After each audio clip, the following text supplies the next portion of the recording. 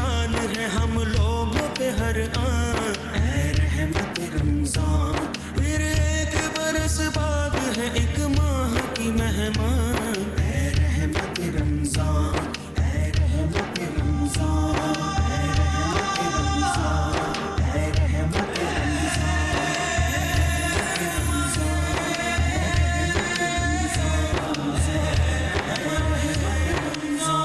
أعوذ بالله من الشيطان الرجيم. بسم الله الرحمن الرحيم. يا أيها الذين آمنوا اتقوا الله ولتنظر نفس ما قدمت لغد واتقوا الله إن الله خبير بما تعملون. ولا تكونوا كالذين نسوا الله فأنساهم أنفسهم أولئك هم الفاسقون. لا يستوي أصحاب النار وأصحاب الجنة. أصحاب الجنة هم الفائزون. لو أنزلنا هذا القرآن على جبل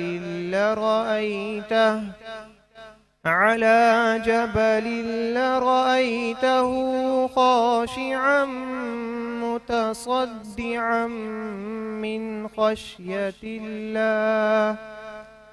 وتلك الأمثال نضربها للناس لعلهم يتفكرون.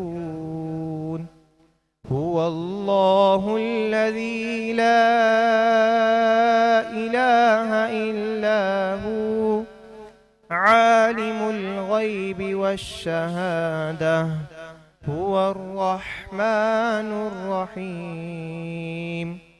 صدق الله العظيم.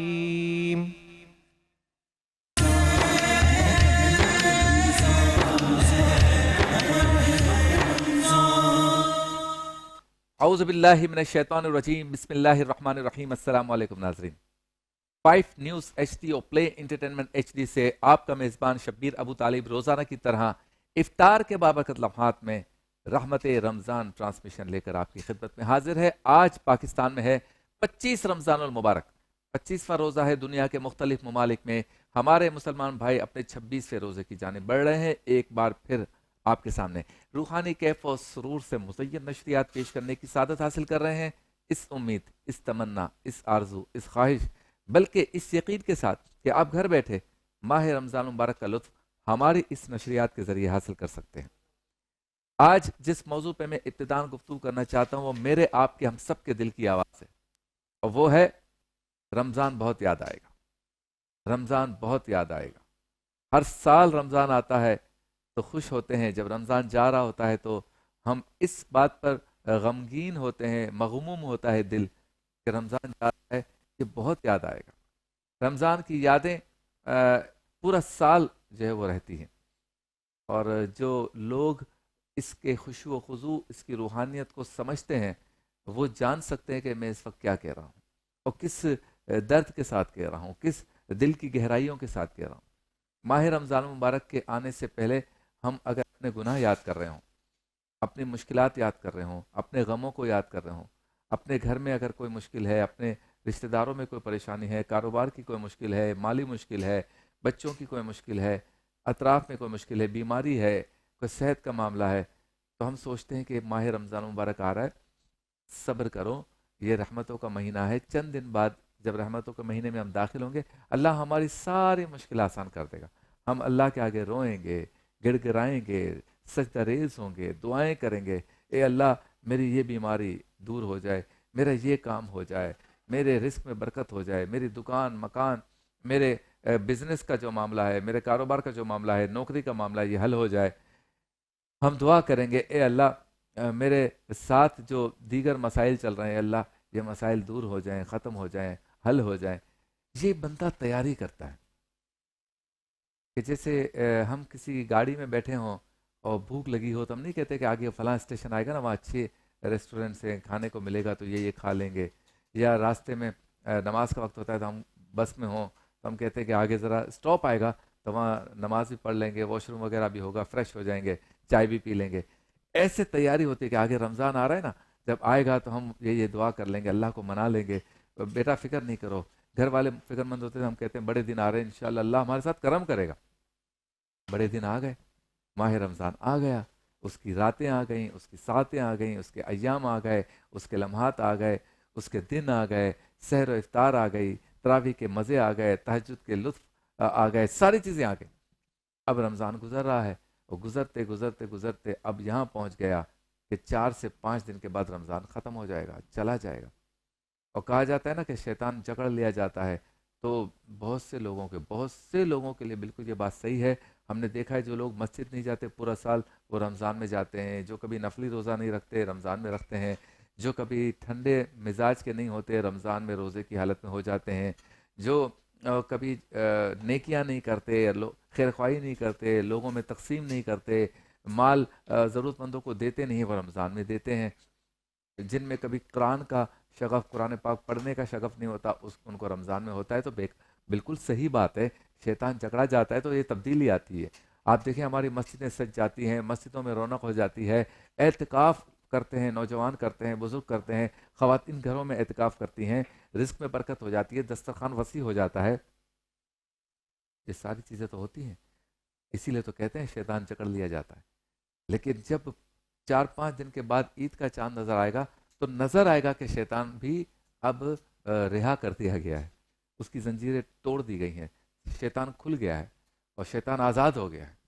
اور اتنا جلدی یہ امپیکٹ آتا ہے برائی کا کہ کلیجہ منہ کو آتا ہے کہ ایسا مسلمان ہو سکتا ہے، ایسے بھی ہو سکتا ہے۔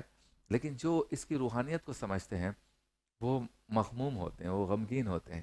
پھر رمضان یاد آتا ہے، عید کے دن صبح سب سے عید مل لی، نماز پڑھ لی، دوپہر کو نیند کر لی، شام کو جب بیٹھے ہوتے ہیں تو یاد آتا ہے یار اس وقت تو ہم افطار کر رہے ہوتے، اس وقت ٹرانسمیشن کر رہے ہوتے، اس وقت تو سموسے پکوڑے اور فروٹ والوں کی دکانوں پہ، چاٹ والوں کی دکانوں پہ رش ہوتا ہے، ہم بھی لائن میں لگے ہوتے ہیں، امی کا فون آ رہا ہے بیٹا یہ بھی لے آنا، بیٹی کہتی ہے بابا دل کر رہا ہے یہ بھی لے آنا، بیگم کہتی ہے کہ آج مجھے یہ کھانے کا جی چاہ رہا ہے۔ وہ سب کہاں گیا؟ پھر بالکنی میں جا کے دیکھتے ہیں سناٹا، پھر چلیں مغرب یا عشاء کا وقت ہو رہا ہے تو نماز کے لے گئے تو ایک صف ہے، وہ رونق ہی ختم ہو گئی۔ تو پھر رمضان یاد آتا ہے، یعنی عید کے دن سے ہی ہمیں پتہ چلتا ہے کہ ہم نے کیا کھو دیا، کون چلا گیا، کون ہم سے رخصت ہو گیا، کون سا مہمان ہے جو آیا تھا چلا گیا اتنی جلدی۔ تو جب وہ تھا تو قدر نہیں تھی، اور ہماری نیچر ہے جب کوئی چلا جاتا ہے تو پھر ہمیں اس کی قدر ہوتی ہے۔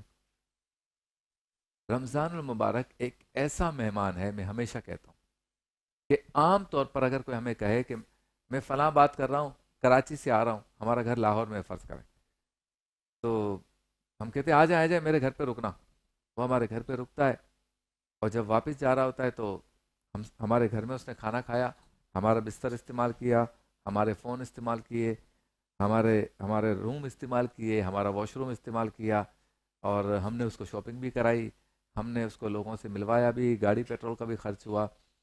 مہمان آیا، ہم نے مہمان نوازی کی، اپنی جیب سے خرچ کیا، اس کو دیا اور وہ چلا گیا۔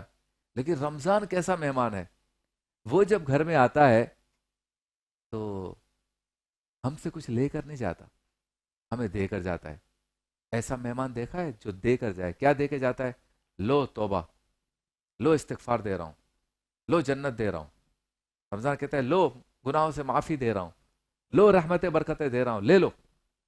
رمضان کہتا ہے لو رزق میں برکت دے رہا ہوں، لے لو، تمہاری زندگی میں آسانی لے کے آیا ہوں، لو۔ ہے کوئی ایسا مہمان جو دے کر جائے؟ عام طور پہ مہمان لے کر جاتا ہے.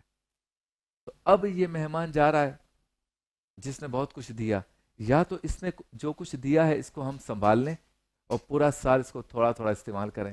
کیا استعمال کریں؟ مسجد میں جانے کی عادت ہوئی ہے، استعمال کریں. قرآن پڑھنے کی عادت ہوئی ہے، استعمال کریں.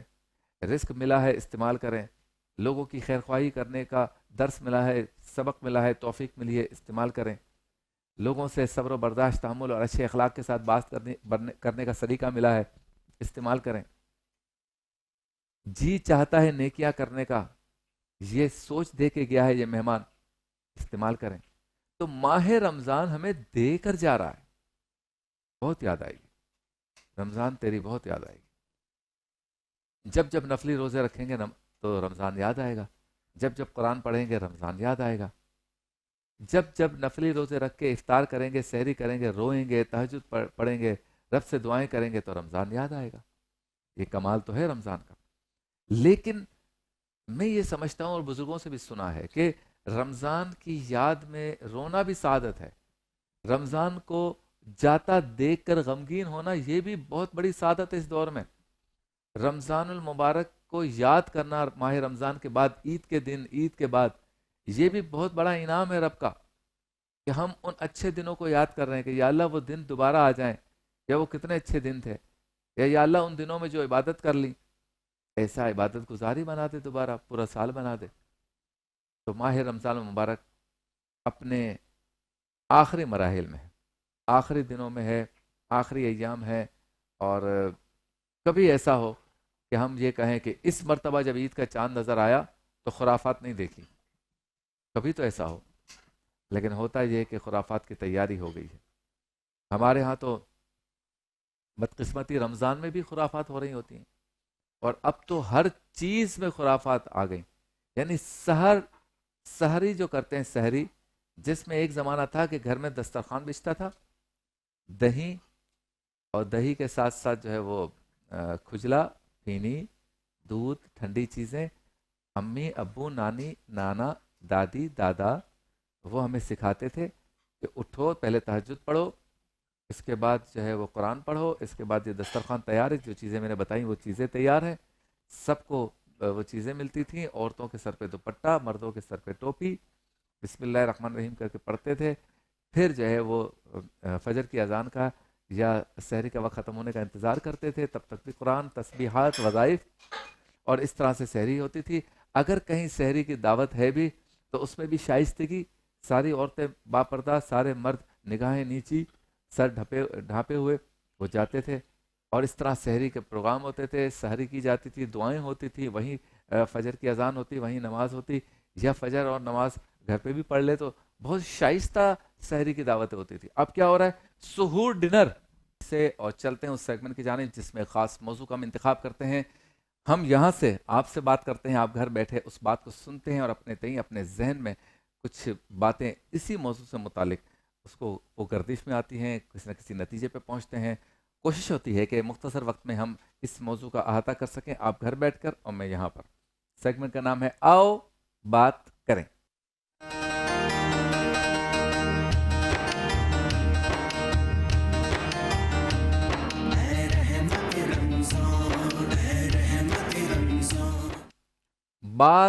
بات پر گالی دینا اور ہاتھ اٹھانا، یہ ہمارا آج کا موضوع ہے آؤ بات کریں میں. ہم سب ایک دوسرے کو دیکھیں کہ کہاں ہمارا صبر کا پیمانہ جو ہے وہ لبریز ہو جاتا ہے، کہاں ہم تحمل کو جو ہے وہ اس کا تحمل کا دامن چھوڑ دیتے ہیں، برداشت کا دامن چھوڑ دیتے ہیں، اور صورتحال ایسی ہو جاتی ہے کہ گفتگو کرتے کرتے ہم گالم گلوچ پہ آ جاتے ہیں، ہاتھ اٹھاتے ہیں، لوگوں کو زد و کوب کرنے پہ آ جاتے ہیں، زیادتی کرنے پہ آ جاتے ہیں، گریبان پکڑ لیتے ہیں. اور ایسا موقع کب آتا ہے؟ اچھا، اس میں دو باتیں ہیں. جب ہم کسی کے اس نقص کی بات کرتے ہیں، کسی کی اس بری عادت کی بات کرتے ہیں، تو یہ بات ذہن میں رکھنی چاہیے کہ جب ہم کسی کی اس بری عادت کی بات کرتے ہیں تو اس کا تعلق سامنے والے کے رویے سے بھی ہے. یعنی ٹھنڈے سے ٹھنڈا آدمی بھی ہو سکتا ہے کہ سامنے والے کے غلط رویے اور کی وجہ سے عدم برداشت جو ہے وہ ختم کر دے، اور یعنی کہ برداشت ختم کر دے اور ایسا رویہ اختیار کر لے کہ جس میں مار کٹائی، گالم گلوچ اور ہاتھ اٹھانے والی صورتحال ہو جائے. تو رویوں میں ٹھنڈک رویوں میں نرمی، رویوں میں برداشت، تحمل، صبر، یہ سب ہونا چاہیے، اس پر بھی ہم بات کرتے ہیں. لیکن سامنے والے کو بھی اپنے رویے پر یا رویوں پہ غور کرنا چاہیے، یا اگر ہم اس طرف ہیں تو ہمیں بھی اپنے رویے پہ غور کرنا چاہیے کہ سامنے والے نے ہمیں گالی دی کیوں، سامنے والے نے ہم پر ہاتھ کیوں اٹھایا، سامنے والے نے ہمارا گریبان کیوں پکڑا، سامنے والے کا صبر کیوں جواب دے گیا، سامنے والے کا تحمل و برداشت کیوں جواب دے گیا، یہ ہمیں بھی دیکھنا ہے. تو آج جب ہم بات کر رہے ہیں تو ہم پہلے بات کرتے ہیں اپنے رویے کی. سب سے پہلے تو یہ کہ ہر بندے کو یہ کوشش کرنی چاہیے کہ اس کی گفتگو کا انداز بہتر سے بہتر اور بہتر سے بہترین ہو، اور بہترین سے بہت بہترین ہو. یہ عام زندگی کی بات ہو گئی. پھر جب کوئی ایسا مسئلہ درپیش آ جائے کہ سامنے کسی سے نوک جھونک ہو رہی ہے، کوئی مس کمٹمنٹ ہوا تو اس کی وجہ سے ہو گئی، کوئی وعدہ خلافی ہو گئی اس کی وجہ سے ہو گئی، کوئی کاروباری معاملہ ہے، رشتے کا معاملہ ہے، گھریلو کوئی جھگڑا ہے، کوئی سڑک پہ کوئی مسئلہ ہو گیا اور وہاں پہ تھوڑا سا برداشت کا رویہ ہاتھ سے نکل گیا اور چیزیں ایسی ہو گئیں کہ جس میں آواز اونچی ہو گئی، تو اس میں بھی کوشش کرنی ہے کہ ہم لمٹ کراس نہ کریں.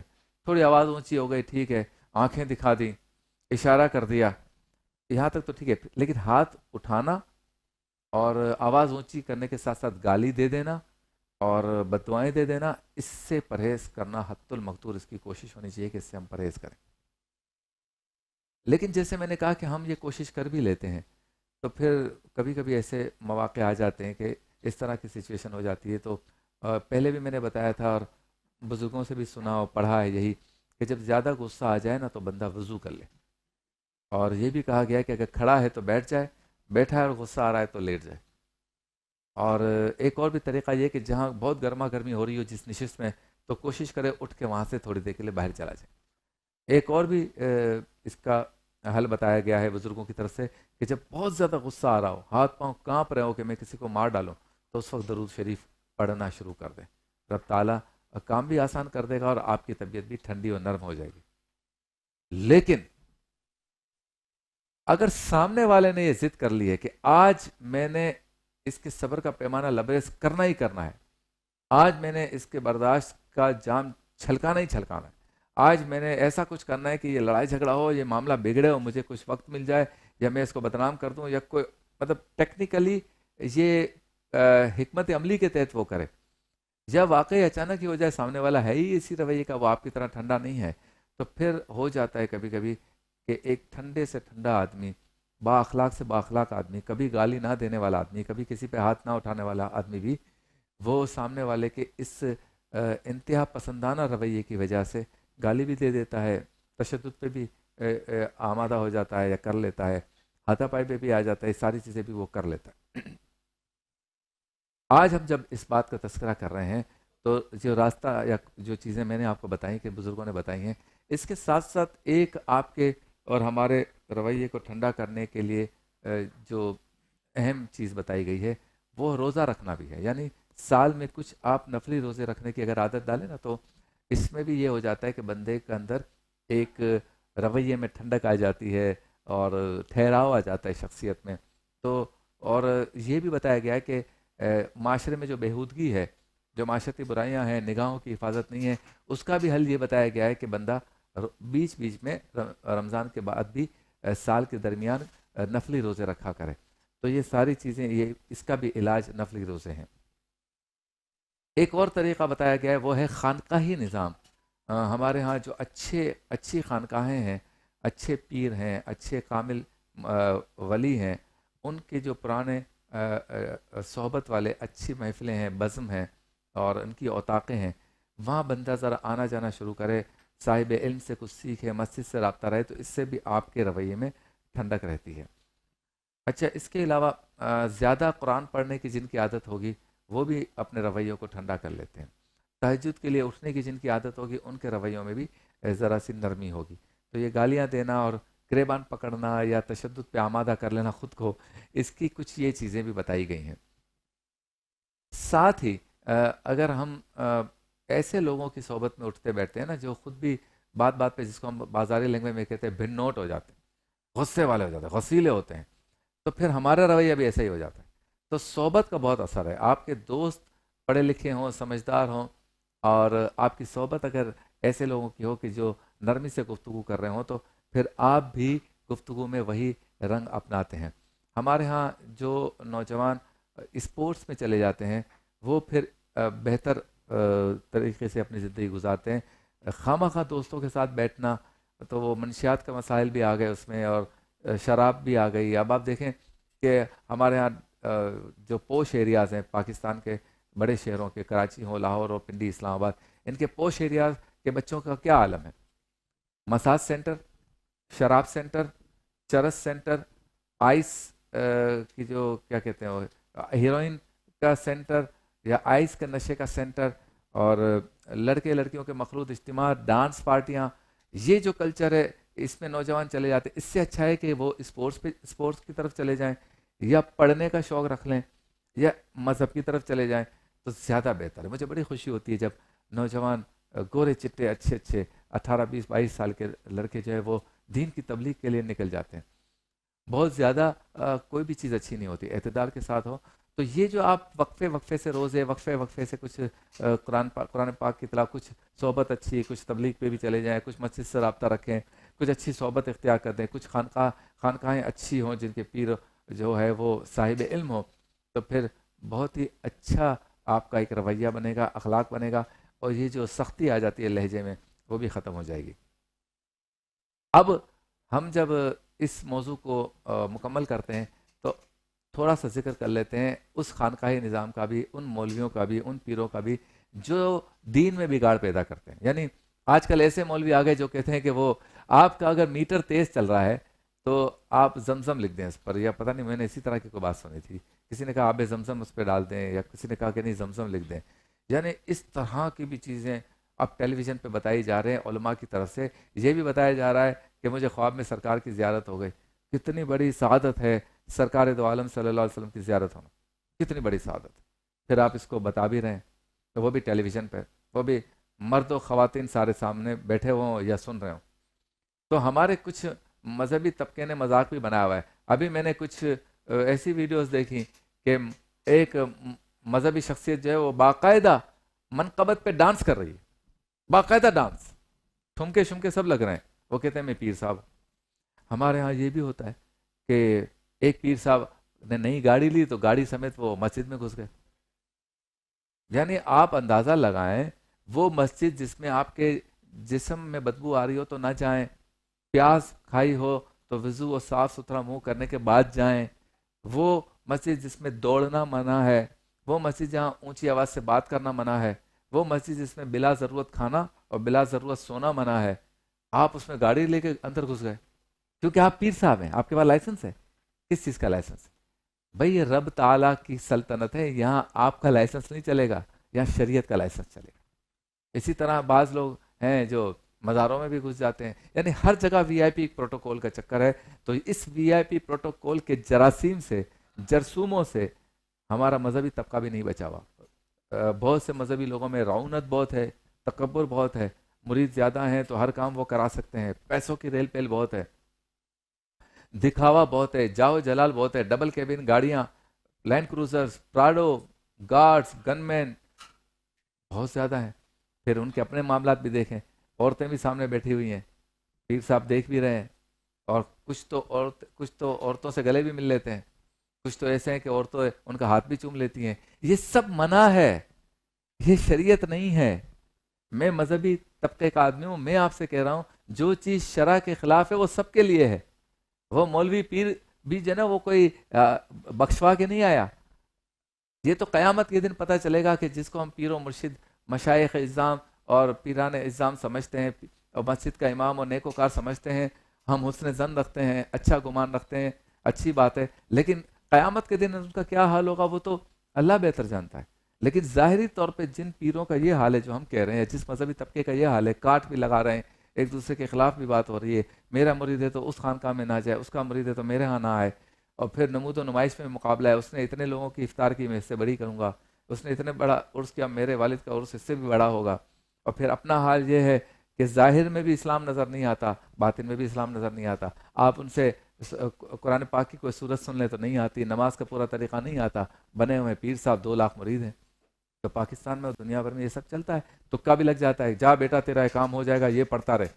10 لوگوں کو بتایا, 9 کو تو اثر نہیں پڑا, جس کو اثر پڑا وہ تو اچھل رہا ہے, پیر صاحب کی وجہ سے میرا کام ہو گیا. کیا انہوں نے پھونک ماری ہے, تو پھر اپنے خزانے کا منہ اس نے کھولا اور پیر صاحب کو دینا شروع کر دیا. چلتے ہیں اس سیگمنٹ کی جانب جس میں ہمارے ساتھ خلق خدا کی خدمت کرنے والی کوئی شخصیت ہوتی ہے, کوئی ہستی ہوتی ہے, اور یا پھر کوئی این جی او ہوتے ہیں, کوئی ادارہ ہمارے ساتھ ہوتا ہے, ان کے ریپرزینٹیو ہوتے ہیں, یا پاکستان کی خدمت کرنے والے کوئی نہ کوئی صاحب یا کوئی خاتون ہمارے ساتھ ہوتی ہیں, جن سے ہم معلوم کرتے ہیں کہ وہ کس طرح سے پاکستان کے لوگوں کی خدمت کر رہے ہیں. سیگمنٹ کا نام ہے رمضان پاکستان.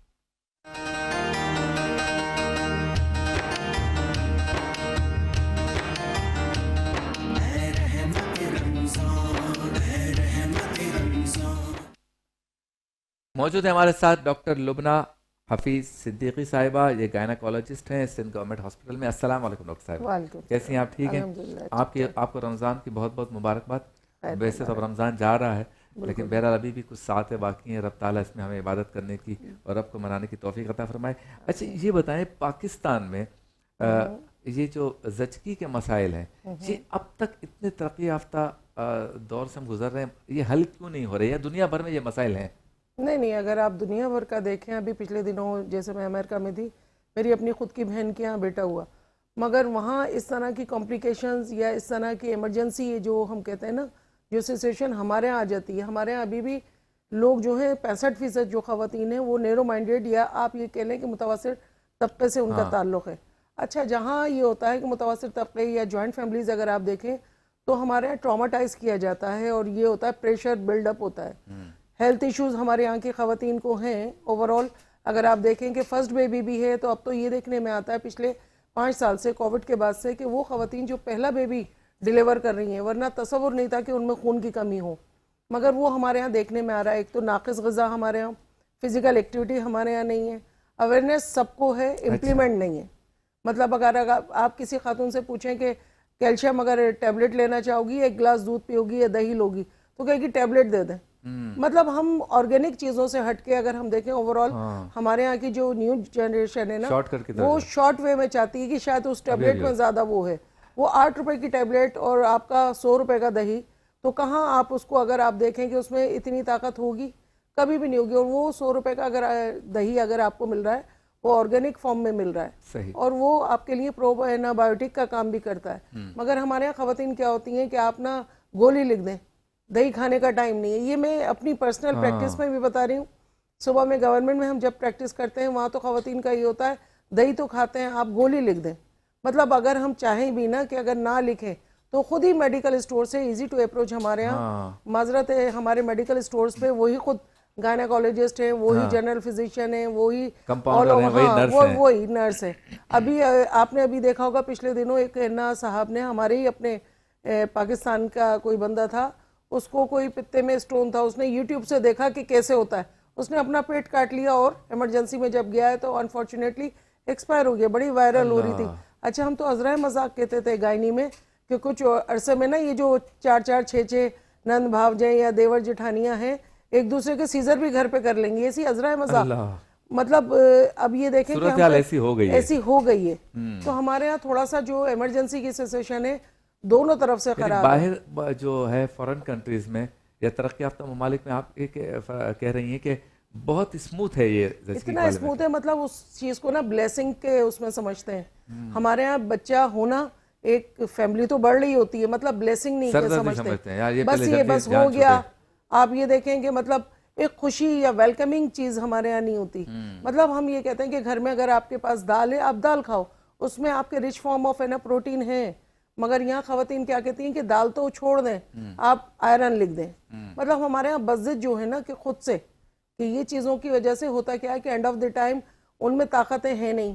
اب لوگ یہ ایشو ایک کہتے ہیں کہ یہ گورنمنٹ ہاسپٹلز میں بھی سیزر کیوں ہو رہے ہیں زیادہ تر, آپ کی فزیکل ایکٹیویٹی ہے نہیں.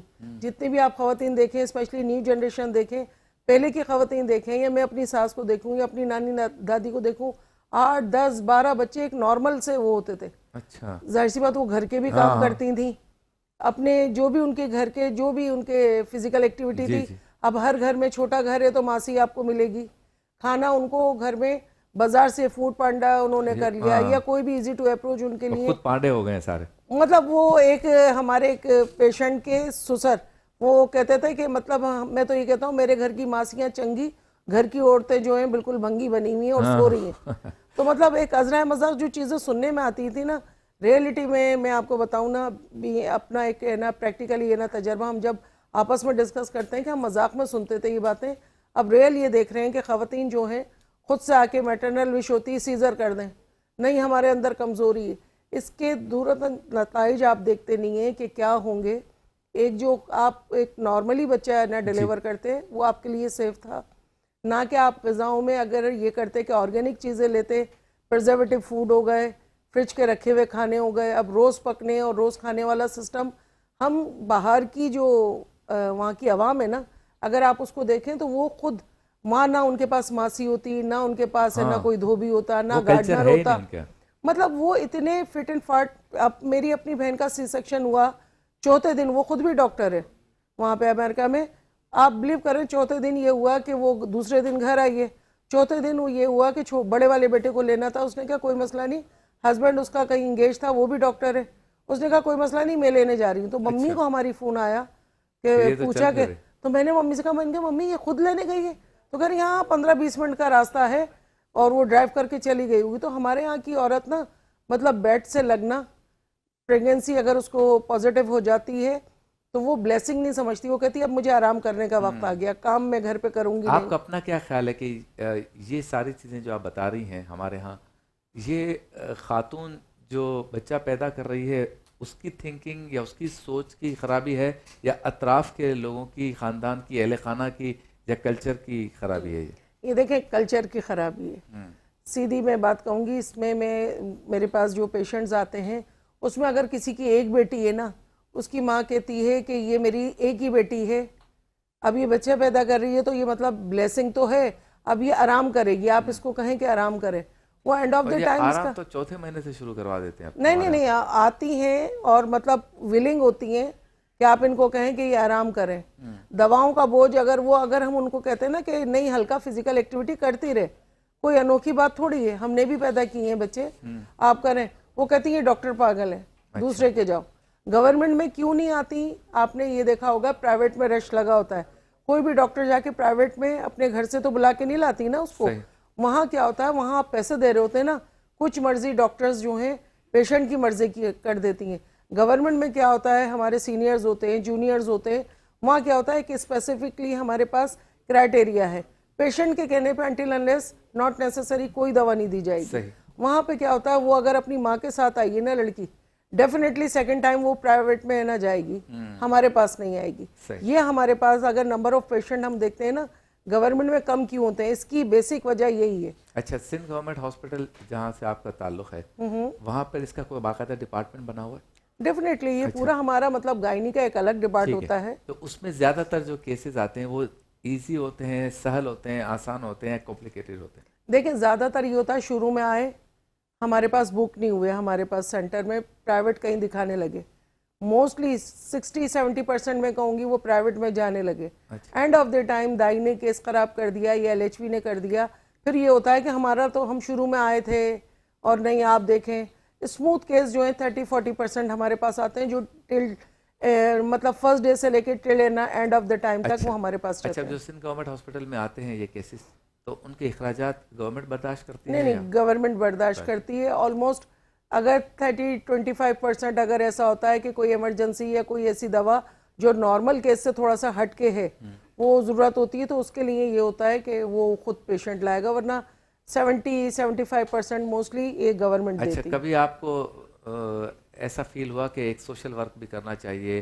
اویئرنیس کے لیے وقت دینا چاہیے، اور جو نہیں برداشت کر سکتے اور یہاں پہ رش ہوتا ہے تو ان کی کوئی مدد کرنی چاہیے، کیونکہ ایسی تنظیمیں بھی موجود ہیں، تو وہ آپ سے رابطہ کرتی ہیں یا آپ ان کے ساتھ انوالو رہی ہیں؟ نہیں، میں اپنا تھوڑا سا یہ گورنمنٹ کا تو میں نے آپ کو بتایا، مگر میں خود نیا welfare human health care orphanage ایسوسی ایشن ایک میں رن کرتی ہوں، اس کی میں خود فاؤنڈر پریزیڈنٹ ہوں. اچھا، اس میں کیا کام ہوتا ہے؟ اس میں جو ہے بیسکلی میں کرتی ہی ماں اور بچے کے اوپر کام ہوں. آئی ایم فرسٹ لیڈی ان پاکستان، جو کہ آرفنیج کے نام سے میرا ادارہ 2014 سے رجسٹرڈ ہے اور ٹل ٹوڈے الحمدللہ ورکنگ میں ہے. تو میرا یہ ہوتا ہے کہ اگر کوئی خواتین پرائیویٹ میں بھی ایون دوز میرے پاس یہ ہے ریکارڈ میں کہ وہ میرے نام بھی اگر انہوں نے ہمارے ادارے میں لکھا ہے اور میں اپنی جاب پر ہوں تو میں ان سے کہتی ہوں میرے پاس آ جاؤ، بے شک یہاں نام لکھا ہے،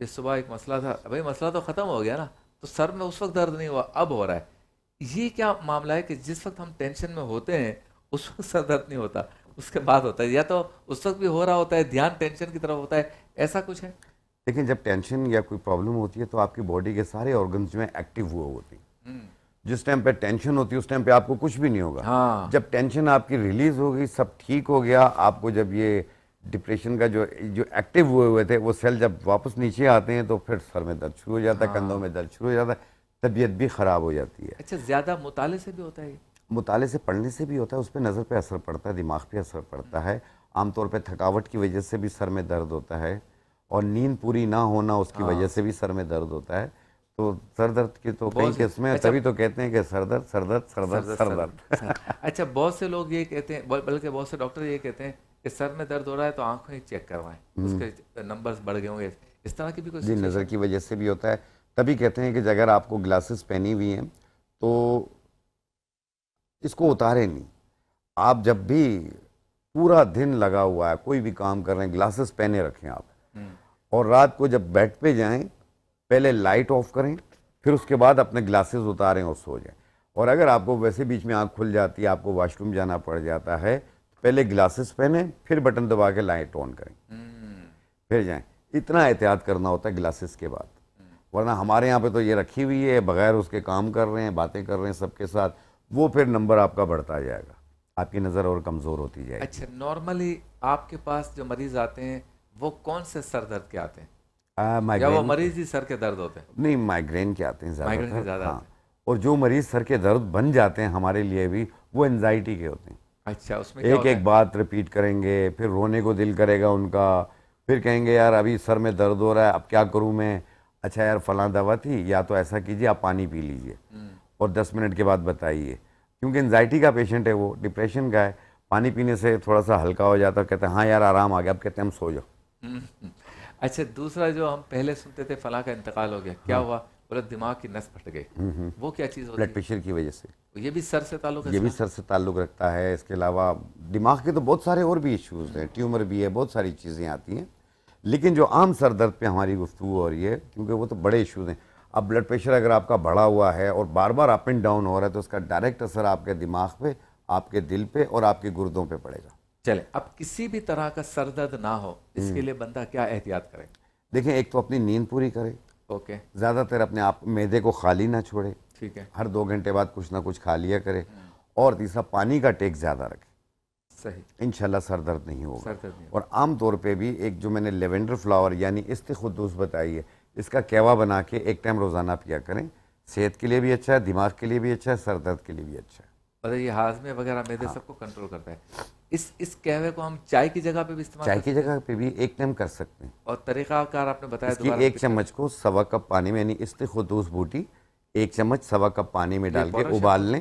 یہ پھول ہوتے ہیں گرے کلر کے، ٹھیک ہے، جیسے سب چائے بنتی ہے ایسے اس کی بنا لیں. اچھا، 1 کپ بنا لیں، 1-2 جوش دے کے اتار کے، شہد ڈال سکتے ہیں، چینی ڈال سکتے ہیں، براؤن شوگر ڈال سکتے ہیں، اور اس کا کیوا بنا کے ایک ٹائم روزانہ پئیں. اچھا، تو انشاءاللہ یہ جن لوگوں کے بال وائٹ ہو رہے ہوتے ہیں نا نزلے کی وجہ سے، یہ ان کے لیے بھی بہت بہتر ہے. یہ اگر 35 سال سے کم عمر ہے تو اس کا کیوا پئیں آپ 2-4 مہینے، آپ کے بال وائٹ ہونے سے بھی بچ جائیں گے.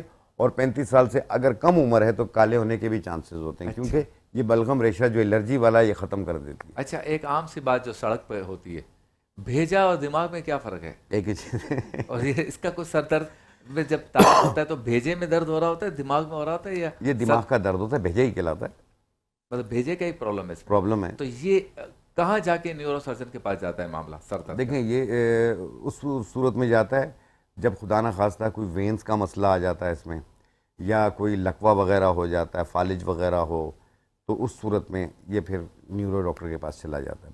ادروائز یہ ہے کہ اسے جنرل فزیشین یا بلڈ پریشر کا ہی ڈاکٹر دیکھ لیتا ہے. اچھا، کچھ لوگوں کو ایسا سر درد ہوتا ہے کہ جی چاہتا ہے کہ اوپر تکیہ رکھیں اور اوندھے منہ سو جائیں، وہ اس کی کیا علامات ہوتی ہیں اور یہ کیوں ہوتا ہے؟ یہ مائگرین پین ہوتا ہے، آدھے سر کا ہوتا ہے. اس پہ یہ ہے کہ لائٹ بند کر دیتے ہیں، تکیے کے اندر منہ رکھ لیتے ہیں، اور بعض اوقات کوئی کپڑا باندھ دیتے ہیں سر کے اوپر. یہ سارے ایشوز ہوتے ہیں. اچھا، آدھی رات کو اگر سر درد ہو حکیم صاحب تو فوری طور پہ بندہ کیا کرے؟ دیکھیں دیسی لہسن، کسی کے بھی سر میں درد ہو رہا ہو، اچانک شروع ہو جاتا ہے، اب کوئی دوا موجود نہیں ہے، تو آپ نے دیسی لہسن کے 2 جوے لیں, چھیل لیں اور اسے روٹی میں لپیٹ کے کھا لیں. اچھا ہاں 10 منٹ میں آپ کے سر درد میں آرام آ جائے گا. اچھا. بہت بہتر, لیکن دیسی لہسن, اب دیسی لہسن مطلب یہ جو آج کل یہ چھوٹی چائنیز والی آتے ہیں ہے, بڑے بڑے, چائنیز آتے ہیں یہ نہیں, دیسی لہسن گھر پہ رکھ لیں, ایک گچھی رکھ لیں, کام آئے گی بہت. لیکن وہ تو پھر سوکھ جائے گی. تو نہیں دیکھ لیں آپ, کچھ دنوں کے بعد چینج کر لیں اسے. بہت شکریہ حکیم صاحب, آپ تشریف لائے. سر درد کے بارے میں جو بہت ہی اہم اور مطلب ہمارے لیے قابل عمل ٹپس انہوں نے دی, اور روزانہ حکیم صاحب ہمارے پاس آتے ہیں تو اسی طرح کی خوبصورت باتیں کرتے ہیں اور ہم سب کو بتاتے ہیں کہ مرض سے پہلے اس کے لیے کیا احتیاط کرنی چاہیے. چلتے ہیں اس سیگمنٹ کی جانب جس میں ہمارے پیارے شیف اسد بناتے ہیں مزیدار ڈشز, بناتے ہیں, پکاتے ہیں اور پھر ہمیں افطار میں کھلاتے ہیں. سیگمنٹ کا نام ہے افطار مزیدار.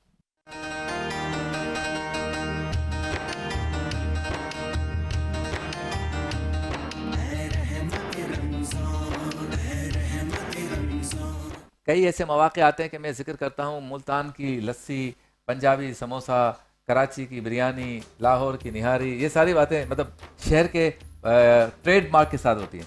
آج شیف اسد بنا رہے ہیں فیصل آبادی چرغا. یہ کیا ہوتا ہے بھائی, فیصل آباد میں کوئی خاص چرغا ہوتا ہے؟ بالکل جی, السلام علیکم. اور آج فیصل آبادی چرغا جو ہے نا, بیسکلی فیصل آباد میں جو گھنٹہ گھر ہے جہاں 8 بازار ملتے ہیں, وہاں ایک بازار میں وہاں بہت ہی فیمس ہے منا دال چاول. اچھا. منا دال چاول جب میں وہاں کھانے گیا تھا تو وہاں ویسے ہی عالم ہے جیسے ہمارے یہاں ایک نہاری کی بڑی فیمس ہے کہ کرسی پکڑ کے کھڑے رہنا پڑتا ہے. تو اور پہلے مجھے بھی یقین نہیں آتا تھا, جب آپ جا کے ایکسپیرینس کرتے ہیں پھر آپ کو یقین آتا ہے. سیم یہی چیز وہاں منا دال چاول کے ہاں تھی, اور اس کی اسپیشلٹی دال چاول بھی ہے اور اس کے ساتھ یہ چرغا دیتے ہیں. ٹھیک. یہ چرغا وہ جو ہے دیگ میں بناتے ہیں. اچھا. اور لیکن کیونکہ ہم گھروں میں تو ہمارے پاس ایسا دیگ نہیں ہے, تو اس کو ہم کیا کریں گے, یہاں پر میرے پاس اینیکس کا اسٹیمر موجود ہے. ہم اس کو دیگ بنائیں گے, اس میں ہم چرغا بنائیں گے. ٹھیک ہے. تو جو ہے چرغا بہت سمپل ہے, بہت آسان ہے, آسانی کے ساتھ بن جاتا ہے. ٹھیک ہے. اور چرغا میں اور اسٹیم چکن میں کیا فرق ہے یہ بھی آج آپ کے ساتھ شیئر کریں گے, کیونکہ دونوں جو ہے ریزمبل ہیں, آپس میں ملتی جلتی ریسپیز ہیں.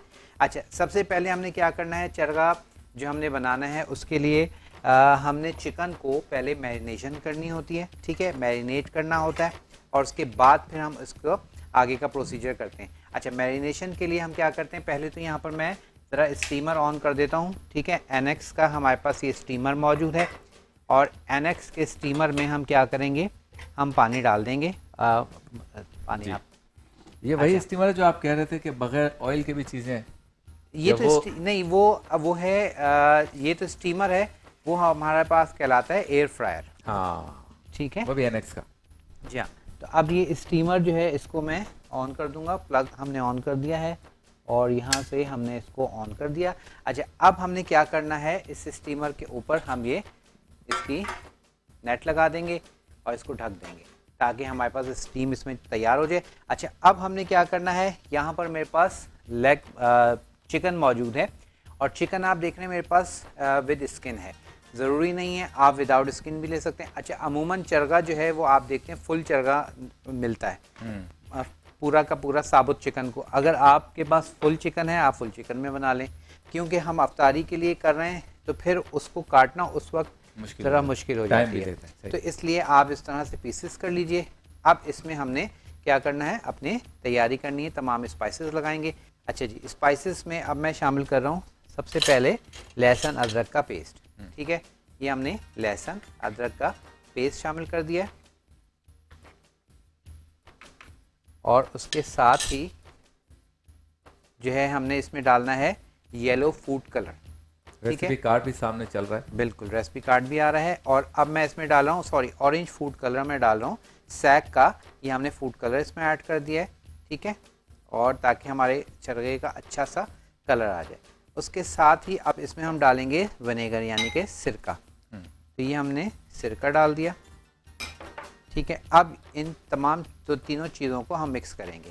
سرکہ, ٹھیک ہے, اس کے ساتھ ہی ہم نے ڈال دیا اس میں لہسن ادرک کا پیسٹ اور فوڈ کلر, تاکہ اس کا ذرا کلر بھی اچھا سا آ جائے گا, اور ہمارے پاس یہ میرینیشن بھی اچھے سے جتنے بھی فوڈ کلرز ہوتے ہیں ان کا ذائقہ کوئی ہوتا ہے؟ نہیں, یہ صرف کلر ہیں. اور جو ایسنس ہوتے ہیں ایسنس جو ہے وہ ذائقہ ہے اس میں، جیسے دیسی گھی کا ایسنس بھی ہے، اچھا زعفران کا ایسنس بھی ہے. زعفران ویسے بہت مہنگی ہے لیکن ہم ایسنس یوز کر لیتے ہیں تو کیا ہوتا ہے کہ ہمارے پاس خوشبو بھی جو ہے آتی ہے اور بہت اچھا آپ کہہ لیں کہ اکنامیکل پڑتا ہے، سستا بہت پڑتا ہے. اچھا سنا ہے کہ اسی طرح مرچ بھی آتی ہے، ایک مرچ ہوتی ہے جو لال بھی ہوتی ہے تیکھی بھی ہوتی ہے، ایک ہوتی ہے صرف کلر لال ہوتا ہے لیکن ذائقہ بہت پھیکی تیکھا نہیں مرچ، ہوتا. پھیکی مرچ کہلاتی ہے وہ صرف عموماً ہم جیسے نہاری کے اوپر جو آئل ڈلا ہوا ہوتا ہے، تری ڈلی ہوتی ہے، اس کو بنانے کے لیے وہ پھیکی مرچ کا استعمال کیا جاتا ہے. ٹھیک ہے. اچھا اب یہاں پر یہ ہم نے ریڈی کر لی ہے چکن کو. اب اس کے بعد ہم نے کیا کرنا ہے، اب اس کو ہم نے اچھے سے مکس کیا.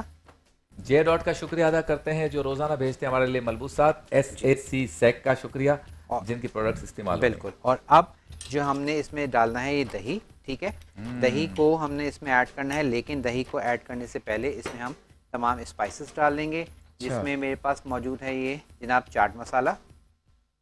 ٹھیک ہے، چاٹ مسالے کے ساتھ ہی ہم ڈالیں گے اس میں یہاں پر گرم مسالہ،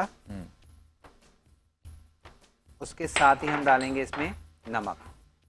ٹھیک ہے، یہ ہم نے اس میں ڈال دیا دہی نمک. تو جان ہے چرغے کی. بالکل.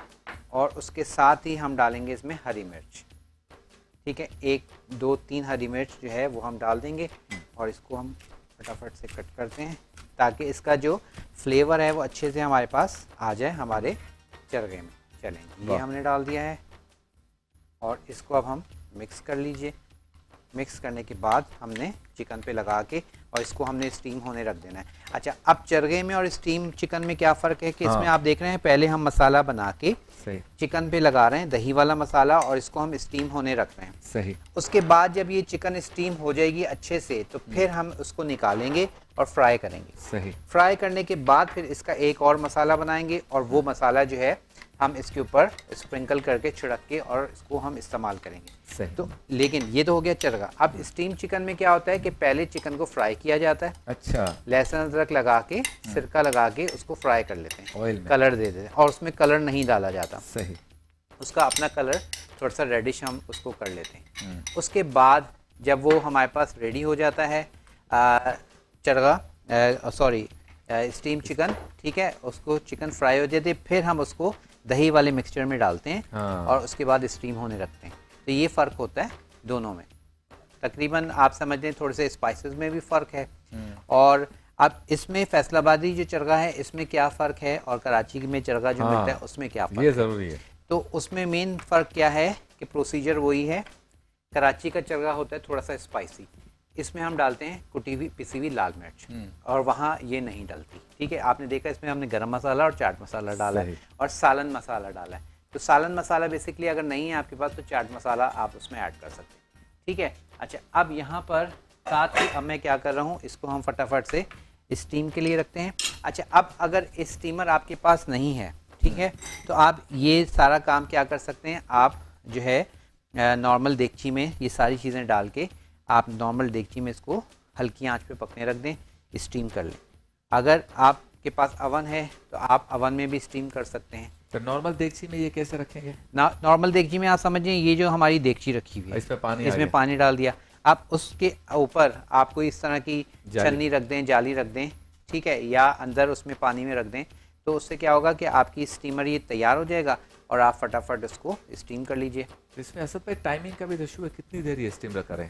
یہ بس آپ نے اتنی دیر اسٹیم کرنی ہے، لائک کم سے کم بھی یہ جو ہمارے پاس چکن ہے 1 کلو، یہ تقریباً ہمارے پاس 25 منٹ 20-25 منٹ میں اسٹیم ہو جاتی ہے اگر آپ کا اسٹیمر اچھا کام کر رہا ہے تو. اگر آپ کے پاس اسٹیمر نہیں ہے، ٹھیک ہے، اور آپ کیا کر سکتے ہیں، بلکہ یہ ہم سارا مسالہ بھی اس میں ڈال دیتے ہیں، ٹھیک ہے، واہ واہ واہ، تاکہ اچھے سے اسٹیم ہو جائے. اور اب یہاں پر جیسے میں نے کہا کہ آپ کے پاس اب بڑی دیگچی کے اوپر کوئی چھنی رکھنے والی چیز بھی نہیں ہے، تو آپ سمپل اس چکن کو کڑھائی میں ڈال کے اور اس کو ہلکی آنچ پہ پکنے رکھ دیں. کچھ بھی نہیں ڈالنا، ہلکی آنچ پہ پکنے رکھ دیں. اسٹیم میں ہی چکن گل جائے گی، پانی رہ جائے گا. اس کے بعد آپ نے اس چکن کو نکالنا ہے اور آگے کا پروسیجر فرائنگ کریں گے وہ ہم آپ کو بتائیں گے کس طرح سے. کیا بات ہے. تو چکن کے جتنے بھی استعمال ہوتے ہیں محترمہ چکن صاحبہ، مرغی صاحبہ کے ہم جتنے بھی استعمال کرتے ہیں پاکستان میں، چرغا ان میں ایک چکن ٹکے کے بعد چرغا ایک سب سے زیادہ یوز ہونے والی ریسیپی ہے چکن کی. اور اس میں یہ کہ پیٹ بھرتا ہے. بعض تو ایسی ہیں کہ جیسے ایپیٹائزر وغیرہ کے لیے ہوتی ہیں, لیکن چکن ٹکا کے بعد, بلکہ میں کبھی کبھی تو چکن ٹکا سے بھی زیادہ پیٹ بھرنے والی آئٹم اگر نظر آتی ہے چکن کی تو وہ شاید چرگا ہی ہے. چرگا ہے. اور چرگا کی آپ کہہ لیں کہ اس میں ویریشنس, مطلب ویریشن سے مراد یہ کہ آج کل اب یہ جیسے چرگا رول آ گیا ہے, اسی طرح چرگا کی ہی چکن کو اس کی ریشہ نکال کے اور پھر اس کو پراٹھے میں ریپ کر کے دے دیتے ہیں, برگر میں ریپ کر کے دے دیتے ہیں, تو اس میں اب ویریشن آ گئی. لیکن جیسے آپ نے کہا کہ چرگا سے پیٹ بھر, کیونکہ ہول چکن ہے نا, اگر آپ نہیں اس میں آپ اب جیسے ہم بروسٹ بہت شوق سے آج کل کھاتے ہیں, تو سیم آپ کہہ لیں کہ اولڈ بروسٹ ہی ہے, کیونکہ یہ فرائی ہو رہا ہے. اور جیسے میں نے کہا کہ دونوں میں فرق بھی میں نے آپ کو بتا دیا کہ اس میں ہم پہلے چکن کو اسٹیم کر کے دین فرائی کرتے ہیں, اور اسٹیم چکن میں کیا ہوتا ہے کہ پہلے چکن کو فرائی کر کے پھر اس کو اسٹیم کرتے ہیں تاکہ وہ بالکل سافٹ ہو جائے. اور اسٹیم چکن پنجاب میں ذرا زیادہ آپ کہہ لیں کہ وہ یوز ہوتی ہے, ہر شادی میں, ہر بیاہ, اس شادی بیاہ میں اس کو استعمال کیا جاتا ہے. اچھا اب ہم بات کر لیتے ہیں, یہ تو ہمارے پاس فرسٹ اسٹیپ ہو گیا, چلا گیا, اور اب ہم بات کر لیتے ہیں اس کے مسالے کی, جو ہم نے اس کے اوپر, یہ جب تیار ہو جائے گا تو ہم نے اس کے اوپر مسالہ جو ڈالنا ہے, اس کے لیے ہمیں کیا چاہیے. اچھا اس کے مسالے کے لیے ہمیں چاہیے اجوائن. ٹھیک ہے, اجوائن کے ساتھ ہی آپ یوز کریں گے اس میں کھٹائی پاؤڈر.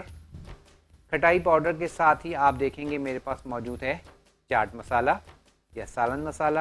اس کے ساتھ آپ لیں گے زیرہ. ٹھیک ہے, زیرے کے ساتھ ہی آپ یوز کریں گے اس میں ہلکا سا نمک. تو یہ ہمارے پاس جو مسالہ ہے وہ تیار ہو جائے گا. ٹھیک ہے, اجوائن یہ جو آپ کے سامنے مسالہ لکھا ہوا آ رہا ہے, ٹھیک ہے, کھٹائی پاؤڈر, زیرہ اور چاٹ مسالہ, یہ ہم نے اس میں پیس لینا ہے. ٹھیک ہے, اور ہلکا سا اجوائن ڈال کے. تو خوشبو آ رہی ہے کیونکہ بننے جا رہا ہے فیصل آبادی دیگی چرگا. جی حضور. اور فیصل آبادی دیگی چرگے کو ہم نے دیگ میں اسٹیم کرنے رکھ دیا ہے. ماڈرن دیگ ہے یہ, اور یہ دیگ ہمیں پرووائڈ کی ہے کس نے, اینیکس نے. اور اینیکس کا بیسکلی یہ ہے رائس کوکر. اس میں آپ چاول بنا سکتے ہیں, چاول اسٹیم کر سکتے ہیں, اور اس طرح کے آج کل موموز بہت زیادہ ان ہیں, ڈمپلنگ جس کو کہتے ہیں, تو وہ بھی آپ اس میں بہت آسانی کے ساتھ اسٹیم کر سکتے ہیں. اچھا اب یہاں پہ میں آپ کو اس کی لک بھی دکھا دیتا ہوں, اور ساتھ ساتھ ہم نے یہاں پر آئل جو ہے وہ گرم ہونے کے لیے رکھ دیا ہے, کیونکہ اب ہم نے اس کو جو اس کا سیکنڈ پروسیجر ہے وہ یہ کہ ہم نے اس کو فرائنگ کرنا ہے. اس کے بعد ہم آ جائیں گے اس کے مسالے کی جانب. اچھا اب یہ دیکھیں ہمارے پاس بہترین سا چکن ہمارے پاس اسٹیم ہو گیا ہے, اور یہ الحمدللہ گل گیا ہے. ٹھیک ہے, یہ دیکھیں چکن ویسے ہی آپ کو پتہ ہے اسٹیم میں گل جاتا ہے. بس اس کو اب آپ نے کیا کرنا ہے, اس کو ہم فرائی کریں گے, اور اس کے بعد ہمارے پاس یہ ہوگا تیار. لیکن دھواں اور خوشبو والا دھواں, فی الحال اب اس کو ہم کور کر دیتے ہیں. اچھا اب آ جائیں گے ہم اپنے جو چرگے کے اوپر ہم نے اسپرنکل کرنا ہے مسالہ. اس کے لیے ہم لے رہے ہیں اجوائن. ٹھیک ہے, اجوائن کے ساتھ ہی میں یوز کر رہا ہوں کھٹائی پاؤڈر. ٹھیک ہے, چاٹ مسالہ, اور اس کے ساتھ زیرہ. تو یہ یہاں پر ہم نے اس کو اچھے سے کیا کر لینا ہے, بالکل اس کو اچھے سے گرائنڈ کر لیں گے. ٹھیک ہے, 4 چیزیں یہ, اور اس کو ہم نے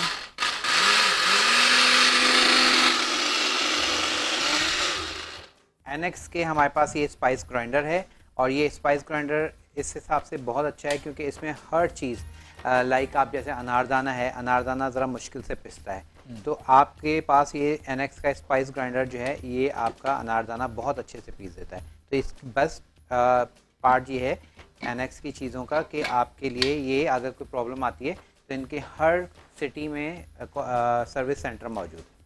کیا بات.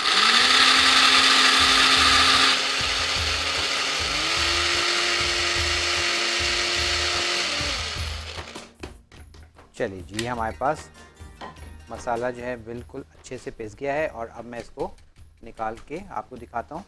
ٹھیک ہے, یہ ہمارے پاس مسالہ تیار ہو گیا جو ہم نے اب چرگے کے اوپر اسپرنکل کرنا ہے.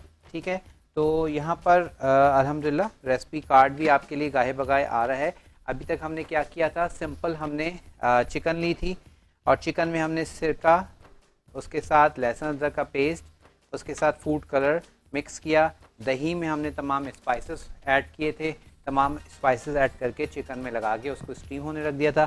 اچھا, اور اب میں یہاں سے یہ لے لیتا ہوں تاکہ ہم اب فرائنگ کی طرف آ جائیں. ٹھیک ہے جی, آئل ہمارے پاس گرم ہو رہا ہے, اور اب جو ہے آپ نے بہت احتیاط کے ساتھ 1 بائی 1 چکن کو آپ نے فرائنگ کے لیے ڈالنا ہے. بسم اللہ الرحمن الرحیم. اچھا, یہ کام جب آپ کریں تو کوشش کیجیے گا بچے پاس نہ ہوں, کیونکہ اس میں اسٹیم ہوا ہے, اس میں تھوڑا سا آپ کہہ رہے ہیں کہ موئسچر ہے, ٹھیک ہے, موئسچر کی وجہ سے آپ کے پاس جو چکن ہے وہ اس میں گیلا پن ہے, تو آپ کے آئل جو ہے وہ تھوڑا لگتا ہے. میرے جیسا بچہ بھی دور ہے, بچہ دور ہے. جی, اور آپ بالکل, کیونکہ آپ نے جے ڈاٹ پہنا ہوا ہے, ہاں ہاں تو اس پہ ڈاٹ نہیں لگنا چاہیے. ہاں, اب میرے جے ڈاٹ کا تو خیر ہے, کیونکہ مجھے تو فائدہ یہ ہے کہ مجھے واپس نہیں کرنا, اور یہاں سے آپ چلے بھی جائیں گے. واپس نہیں کرنا پڑتا. ہاں اچھا جی, یہاں پر ہم نے تمام کے تمام پیسز جو ہے ان کو فرائنگ کے لیے ڈال دیا ہے تاکہ اچھے سے یہ فرائی ہو جائے. واہ واہ. اچھا, ان کیس کبھی اللہ نہ کرے کبھی مس ہیپ ہو, لیکن سم ٹائم ایسا ہوتا ہے کہ مس ہیپ ہو جاتا ہے, اسپیشلی سرسوں کے آئل میں. بہت سارے لوگ جو ہے سرسوں کے آئل میں چیزوں کو فرائی کرتے ہیں یا اس میں پکاتے ہیں. یہ کون سا آئل ہے؟ یہ تو نارمل آئل ہے, ٹھیک ہے. اب سرسوں کے آئل میں کیا ہوتا ہے کہ سرسوں کا تیل جو ہے جب وہ گرم ہوتا ہے آئل جلدی آگ جلدی پکڑتا ہے, تو اکثر و بیشتر کیا ہوتا ہے کہ آگ جو ہے آئل میں لگ جاتی ہے اور وہ بہت زیادہ تیز شعلہ بڑھ جاتا ہے, تو اس میں اکثر لوگ گھبرا جاتے ہیں اور پانی ڈال دیتے ہیں. پانی بالکل بھی نہیں ڈالنا, کیونکہ پانی سے آپ کا نقصان دہ وہ چھلک کے آپ کے اوپر آئے گا. تو آپ نے کیا کرنا ہے کہ بس قریب میں کوئی بھی ڈھکن ہے, کوئی بھی چیز ہے, آپ نے اس کو, آگ لگی ہوئی ہے, آپ نے اس کو بس ڈھکن ڈھک دینا ہے. ڈھکن ڈھکتے ہی آپ کی آگ ختم ہو جائے گی. تو یہ بہت امپورٹنٹ ہے, یہ چیز آپ نے کبھی اس طرح کا ہو تو آپ نے اس کو بس لینا.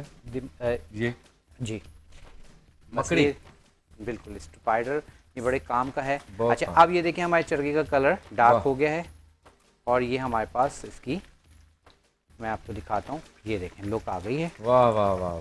ٹھیک ہے, اب اس کو ہم نے بس تھوڑا سا اور مزید اس کو تھوڑا سا کرسپی کریں گے, اور یہ کام آپ جو ہے بس افطاری سے چند منٹ پہلے کیجئے تاکہ اچھے سے ہو جائے.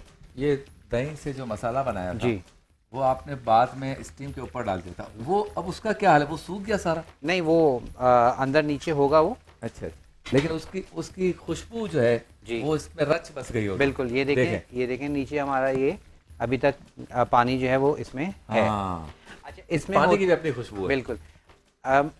پہلے کیا ہوتا تھا جب ہم تھوڑی سی مشینیں وغیرہ نہیں تھیں لیٹسٹ, ہم تو اب اس کو کیا کہتے ہیں کہ ریسپی کو شارٹ کر دیتے ہیں. پہلے یہ ہوتا تھا کہ ثابت گرم مسالہ جس میں بڑی الائچی, لونگ, دال چینی, تیز پتہ, یہ ساری چیزیں ثابت ڈلتی تھیں موٹی موٹی کوٹ کے, اور وہ اس پانی کے اندر ڈلی ہوئی رہتی تھیں. اچھا, تو اس کی اسٹیم جو ہے وہ آپ کی اس میں آ جاتی تھی.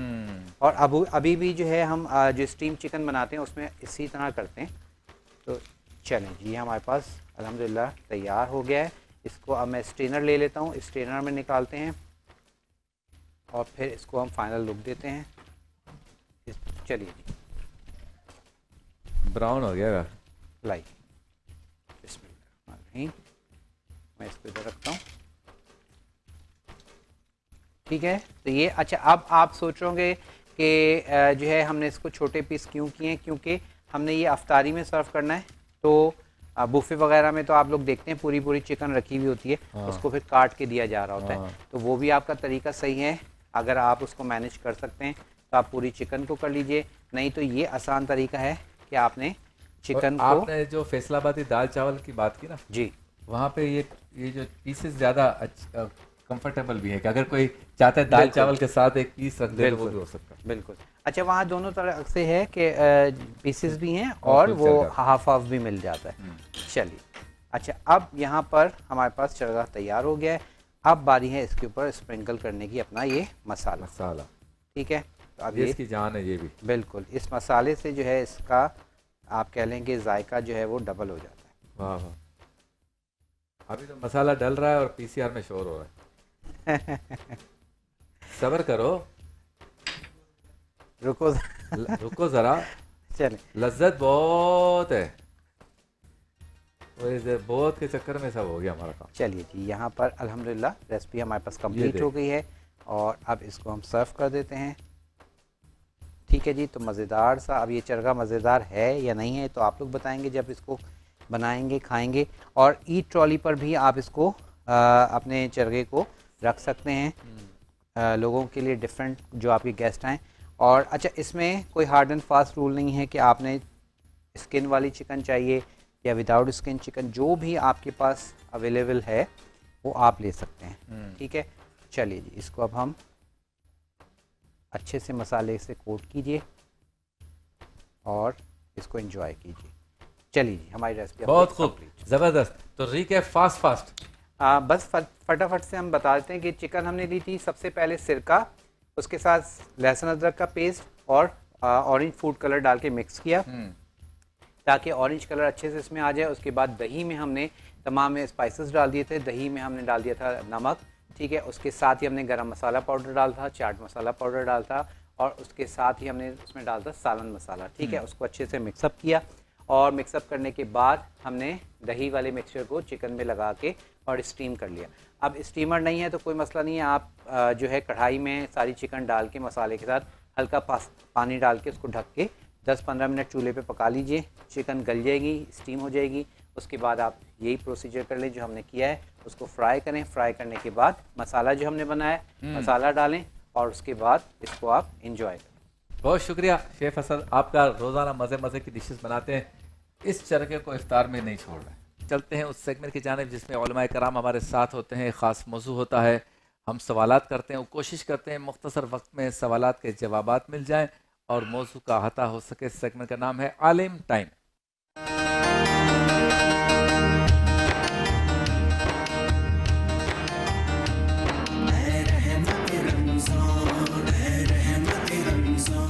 موجود ہے ہمارے ساتھ آپ کے ہمارے ہم سب کے پسندیدہ مفتی غلام دستگیر صاحب. السلام علیکم مفتی صاحب. اور ان کے ساتھ موجود ہے ہمارے آپ کے ہم سب کے محترم ڈاکٹر جواد حیدر ہاشمی صاحب. ڈاکٹر صاحب آپ کو بھی السلام علیکم. وعلیکم السلام. موضوع ہے ہمارا آج کا تکبر اور عاجزی, دونوں کو ساتھ ساتھ لے کے چلیں گے, ایک دوسرے کی ضدیں. ڈاکٹر صاحب پہلے تو یہ بتائیے تکبر کا معنی اور مفہوم کیا ہے؟ بسم اللہ الرحمن الرحیم. تکبر جو ہے بڑائی کو کہتے ہیں. تکبر اپنے آپ کو بڑا سمجھنا, اپنے اندر موجود چند خوبیوں اور چند اچھائیوں کی جانب اس طرح نگاہ کرنا کہ اس کی وجہ سے انسان کے اندر خود پسندی کا احساس جو ہے وہ پیدا ہو جائے اور جس کی بنیاد پر دوسروں کو اپنے سے کمتر سمجھنا شروع ہو جائے, تو یہ تکبر ہے. صحیح. اور یہ اخلاقی طور پر ایک ایسی بری صفت ہے کہ جس کی اللہ رب العزت نے قرآن کریم کے اندر بھی مذمت فرمائی ہے اور احادیث نبی صلی اللہ علیہ وسلم کے اندر بھی اس کی کافی زیادہ مذمت ہوئی ہے. صحیح. اور یہ تکبر انسان کو کہیں کا نہیں چھوڑتا, دین کا نہیں چھوڑتا, معاشرے کے اندر جو ہے وہ ذلت اور پستی کی طرف جو ہے انسان کو دھکیل دیتا ہے. اگر آپ تاریخ کو اگر دیکھیں تو سب سے پہلے جس نے تکبر کیا اور اپنے انجام کو پہنچا وہ شیطان تھا. شیطان نے تکبر کیا. اللہ تعالیٰ نے اس سے فرمایا تھا کہ وَإِذْ قُلْنَا لِلْمَلَائِكَةِ اسْجُدُوا لِآدَمَ فَسَجَدُوا إِلَّا إِبْلِيسَ أَبَى وَاسْتَكْبَرَ. ٹھیک ہے, سب نے سجدہ کیا حضرت آدم علیہ السلام کو, لیکن اس نے انکار کیا, استکبار کیا. ٹھیک, وَكَانَ مِنَ الْكَافِرِينَ, وہ کافروں میں سے ہو گیا. تو اس تکبر کے نتیجے میں وہ کافروں میں سے قرار پایا. اور جب اس سے پوچھا گیا کہ تم نے سجدہ کیوں نہیں کیا, تو اس نے یہ کہا تھا نا کہ خلقتنی من نار وخلقتہ من طین, تو نے مجھے آگ سے پیدا کیا اور اسے مٹی سے. یعنی اس کے ذہن میں یہ تھا کہ میں چونکہ آگ سے پیدا کیا گیا ہوں اور وہ مٹی سے, تو آگ شاید مٹی سے بہتر ہے, بس میں آدم علیہ السلام سے بہتر ہوں. حالانکہ یہاں پر اللہ کا حکم آیا تھا, حکم الہی کے سامنے اسے جھکنا چاہیے تھا, چاہے کہ اس کے ذہن کے اندر جس طرح کے بھی تصورات آ رہے ہوں. تو اللہ رب العزت کسی طرح تکبر کرنے والے کو پسند نہیں فرماتا. انہ لا یحب المستکبرین, یہ قرآن کریم کے اندر ہے کہ اللہ رب العزت استکبار کرنے والوں کو, تکبر کرنے والوں کو پسند نہیں فرماتا. اسی طرح ان اللہ لا یحب من کان مختالا فخورا, اللہ رب العزت بے شک غرور کرنے والے اور اپنے بڑائی اور اپنے اوپر فخر کرنے والوں کو دوست نہیں رکھتا, ان کو پسند نہیں فرماتا. اسی طرح اگر آپ قرآن کریم کے اندر حضرت لقمان علیہ السلام کی اپنے بیٹے کو جو نصیحتیں ہیں ان کو اگر آپ دیکھ لیں تو وہاں پر انہوں نے جو ایک نصیحت فرمائی ہے نا, تو اس میں ایک یہ بھی ہے وَلَا تُسَعِّرْ خَدَّكَ لِلنَّاسِ وَلَا تَمْشِ فِي الْأَرْضِ مَرَحًا إِنَّ اللَّهَ لَا يُحِبُّ كُلَّ مُخْتَالٍ فَخُورٍ. اور لوگوں سے غرور اور تکبر سے رخ نہ پھیرا کرو, غرور اور تکبر سے لوگوں سے رخ نہ پھیرو, اور اسی طرح زمین کے اوپر اکڑ کر نہ چلو. اللہ رب العزت کسی تکبر کرنے والے خود پسند کو یقیناً دوست نہیں رکھتا, پسند نہیں فرماتا. تو جب انسان تکبر کرتا ہے تو پھر وہ لوگوں سے رخ موڑ لیتا ہے, یعنی لوگوں کو اپنے سے کمتر سمجھنا شروع ہو جاتا ہے. اور تکبر کے بہت سارے اسباب بھی ہو سکتے ہیں. کبھی انسان مال کی وجہ سے تکبر میں مبتلا ہو جاتا ہے, وہ یہ سمجھتا ہے کہ میرے پاس اس سے زیادہ دولت ہے, تو اس دولت کے گھمنڈ میں وہ کیا ہے, دوسروں کے سامنے تکبر کرنے لگتا ہے, اور بیچارے جس کے پاس دولت کم ہے اس کی تحقیر کرنا, اس کی عزت نفس کو جو ہے وہ مجروح کرنا شروع کر دیتا ہے. کبھی انسان جو ہے وہ ایک عہدے کی وجہ سے، ٹھیک، اقتدار کی وجہ سے، مقام اور منصب کی وجہ سے تکبر کر لیتا ہے. وہ یہ سمجھتے ہیں کہ میرے پاس یہ عہدہ ہے، دیکھیں اس کے پاس کچھ نہیں ہے، ٹھیک ہے، اپنے اس مقام اور منصب کی وجہ. لیکن وہ یہ خیال نہیں کرتا کہ یہ مال ہو یا یہ دولت ہو یا یہ اقتدار ہو، یہ چند دنوں کے لیے ہے، ہمیشہ کے لیے تھوڑی ہے. تاریخ کے اندر ایسی مثالیں بھری پڑی ہیں کہ جن میں بہت سارے ایسے افراد تھے کہ جو اس طرح مقام اور منصب اور مال و دولت سے مالا مال تھے، لیکن اللہ رب العزت نے جب ان سے چھیننا چاہا تو ایک لمحے کے اندر ان سے وہ سارا مال چھین لیا، ان کا مقام اور منصب جو ہے ان سے جدا ہو گیا. تو انسان جو ہے اس چیز کا خیال رکھے. کبھی کبھی انسان کے اندر ذاتی کچھ ایسی خصوصیات ہو سکتا ہے کہ ہو جس کی وجہ سے انسان جو ہے خود پسندی کا، عجب کا شکار ہو جائے، ٹھیک ہے، جس کی وجہ سے تو انسان کے اندر جو ہے تکبر پیدا ہو جائے. تو تکبر انسان کو کبھی کبھی اس مرحلے تک بھی لے جاتا ہے کہ انسان خدا نخواستہ دائرے کفر کی طرف چلا جائے. اگر انسان خدا نخواستہ اللہ رب العزت کے مقابلے میں اگر تکبر کر لینا تو یہ تکبر انسان کو کفر تک لے جاتا ہے. کیونکہ بعض قرآن کریم کے اندر بھی بے شمار آیات کریمہ ہے کہ جن میں اس جانب اشارہ ہے کہ جو لوگ تکبر کی وجہ سے اللہ رب العزت کی عبادت اور بندگی سے منہ موڑ لیتے ہیں، وہ گویا کہ استکبار کرتے ہیں، وہ گویا کہ کفر اختیار کر لیتے ہیں. تو تکبر وہ ہے کہ جو انسان کو دائرے ایمان سے نکال دیتا ہے اور لوگوں کے دلوں میں اس کا کوئی مقام اور منصب نہیں ہوتا. ظاہر ہے اس کے روب کی وجہ سے ہو سکتا ہے کچھ لوگ احترام کریں، لیکن دل سے کسی کا احترام، وہ دل سے کوئی آدمی اس کا احترام نہیں کرے گا. مفتی صاحب، علامات کیا کیا ہو سکتی ہیں کہ بندے کو بھی لگے کہ لگتا ہے کہ میں اب متکبرانہ سوچ کی طرف آ گیا ہوں، یا کسی بندے کے چال ڈھال میں، باتوں میں ایسا فرق آنا شروع ہو جائے کہ علامات ظاہر ہوں کہ اب یہ تکبر کی طرف جا رہا ہے؟ بسم اللہ الرحمن الرحیم. اہدنا الصراط المستقیم. صدق اللہ العظیم. بہت شکریہ. وَلَهُ الْكِبْرِيَاءُ فِي السَّمَاوَاتِ وَالْأَرْضِ. کبریائی تو زمین و آسمان میں صرف اللہ کی. تکبر آتا اس وقت ہے، علامات میں عرض کرتا ہوں، تکبر آتا اس وقت ہے کہ جب انسان اپنے آپ کو، اپنے اندر کوئی خوبی پاتا ہے اور اس خوبی اور کمال کو اپنا کمال سمجھتا ہے. اللہ، کہ بھائی یہ میرے پاس جو پیسہ ہے نا، آپ کو بہت سارے لوگ ملیں گے، حضرت میں نے بڑی محنت کی ہے، ایسے پیسہ نہیں جمع ہوا بھائی، میں نے بہت تعلیم حاصل کیا ہے، ایسے تھوڑی چار لوگ ہمارا انتظار کرتے ہیں، آگے پیچھے گھومتے ہیں، تم ایسے منہ اٹھا کے چلے آئے ہو، تم منہ اٹھا کے چلے آتے ہو. تو یہاں سے تکبر کا آغاز ہوتا ہے. تو شیطان جو تھا وہ صاحب علم تھا نا، معلم الملکوت کہا گیا، تو یہیں سے اس کے تکبر کا آغاز ہوا. جب آدم علیہ السلام کو مٹی سے پیدا کیا، اس نے کہا انا خیر منہ، میں تو آدم سے بہتر ہوں. کیوں؟ اچھا دلیل کیا دی اس نے؟ کیونکہ جو متکبر ہوتا ہے نا، اس کے پاس دلیل بھی ہوتی ہے کہ میں اس لیے بہتر ہوں کہ میں خوبصورت بہت ہوں، میں اس لیے بہتر ہوں کہ میرے پاس مال بہت ہیں. تو اب اس کے پاس کیا دلیل تھی کہ انا خیر من خلقتنی من نار وخلقتہ من طین، کہ مجھے آدم کو تو نے مٹی سے پیدا کیا اور جو ہے. اچھا اس کی یہ دلیل، اس کی وجہ کیا تھی؟ علامہ ابن کثیر لکھتے ہیں، فرماتے ہیں اس کی وجہ یہ تھی کہ شیطان نے اپنے تئیں ایک جو ہے وہ نکالا تھا، نتیجہ نکالا تھا. نتیجہ کیا نکالا؟ اس نے کہا مٹی کو اور آگ کو زمین پر رکھا جائے. اچھا، جب رکھا جائے تو مٹی نیچے پڑی رہے گی اور آگ اوپر کی طرف اٹھے گی. تو جو اوپر ہوتا ہے وہ افضل ہوتا ہے. اللہ، اس لیے میں آدم سے افضل ہوں. دیکھیں اب یہ علامات جب انسان کے اندر جتنے لوگ ہیں، مال آ جاتا ہے، مال تکبر لاتا ہے. دیکھیں حسن، جمال، مال، دولت، شہرت، عزت، یہ تکبر لاتے ہیں. ان میں سب سے زیادہ جو تکبر لاتا ہے نا وہ علم ہے. کیونکہ شیطان کو علم نے ہی تباہ کیا تھا. علم بہت تکبر لاتا ہے. مولانا شیخ سعدی فرماتے تکبر را عزازیل خار کرد بزندان لعنت گرفتار کرد. کہتے ہیں تکبر کو تو عزازیل کو برباد کر دیا تکبر نے، اور زندان اور جو ہے لعنت کے قید خانے میں ہمیشہ ہمیشہ گرفتار ہو گیا. کیا بات. تو سب سے پہلی علامت یہ. تو اس کو وہ چاہے گا مثال کے طور پر، چاہے وہ حسن والا ہو، مال والا ہو، دولت ہو، شہرت ہو، اقتدار ہو، پیسہ ہو، روپیہ ہو، جتنے بھی اسباب ہوتے ہیں نا جس سے معاشرے میں ایک انسان کو امتیازی حیثیت حاصل ہوتی ہے، وہ چاہے گا میرے سامنے لوگ تعظیماً کھڑے رہیں. میں آؤں تو لوگ کھڑے کو تعظیم کرے، بعد اب کھڑے ہوں، کہیں آؤں جاؤں تو پہلے مجھے پوچھا جائے، وغیرہ وغیرہ. صحیح. یہ گفتگو جاری رہے گی، بہت ہی اہم گفتگو ہے، اور اس کلام میں سرکار دو عالم صلی اللہ علیہ وسلم کے معجزات کا تذکرہ ہے کہ انگلی کا اشارہ کیا تو درخت چل کے آ گیا، پتھر کو حکم دیا تو اس نے کلمہ پڑھنا شروع کر دیا، اور چاند کو اشارہ کیا تو چاند دو ٹکڑے ہو گیا. اور یہ کمال یہ ہے سرکار دو عالم صلی اللہ علیہ وسلم کے معجزات کا اور ناز شریف کا اور سرکار کے کمالات کا. ایک معجزہ یہ ہے کہ یہ معجزات وہ بھی بیان کرتے ہیں جو کہتے ہیں نبی ہم جیسے تھے. یعنی یہ کلام وہ بھی پڑھتے ہیں جن کے بزرگوں نے 50 سال تک کتابیں لکھتے رہے ہو کہ سرکار ہم جیسے تھے، وہ بھی پڑھ رہے ہیں شق القمر اور حجر کی باتیں اور شجر کی باتیں. سبحان اللہ. تو یہ بھی سرکار کا معجزہ ہے. سبحان اللہ. اور پھر آپ نے دوسرا کلام جو پڑھا اس میں کہا کہ ہم مدینے میں تنہا نکل جائیں گے اور ڈھونڈتے ڈھونڈتے، یہ ایک صوفیانہ رنگ بھی ہے. اور یہ بھی کلام یعنی مدینے کی یاد اور اس میں صوفیانہ رنگ، یہ کلام بھی وہ لوگ پڑھتے ہیں جو صوفی ازم کو ہی نہیں مانتے. آپ ذرا غور کریں کہ سرکار دو عالم صلی اللہ علیہ وسلم وہ ہستی ہیں جن کو کوئی محتاج ہی نہیں ہے کہ لوگ ان کی تعریف کریں، لیکن ہر بندہ تعریف کرنے پہ مجبور ہو جاتا ہے. جو کسی کے کہنے پر یا مجبوری میں بھی اگر کچھ اور کہہ دیتا ہے تو تنہائی میں یہی کہتا ہے حضور آپ جیسا کوئی نہیں. تکبر اور عاجزی میں یہ بھی معاملہ ہے. حضور ویسے علم کے تکبر کی مفتی صاحب نے بات کی رب صاحب، تو یہ جو ہمارے ہاں مذہب میں، عشق رسول میں، عشق اہل بیت کے معاملے میں، عشق صحابہ کے معاملے میں، یا اللہ کے ولیوں کے تصرف اور تصوف کو نہ ماننے کے معاملے میں بھی بعض لوگ بڑے جری ہو جاتے ہیں. نہیں ہم نہیں مانتے اہل بیت کے اس کردار کو، صحابہ کے اس کردار کو، یا سرکار کے.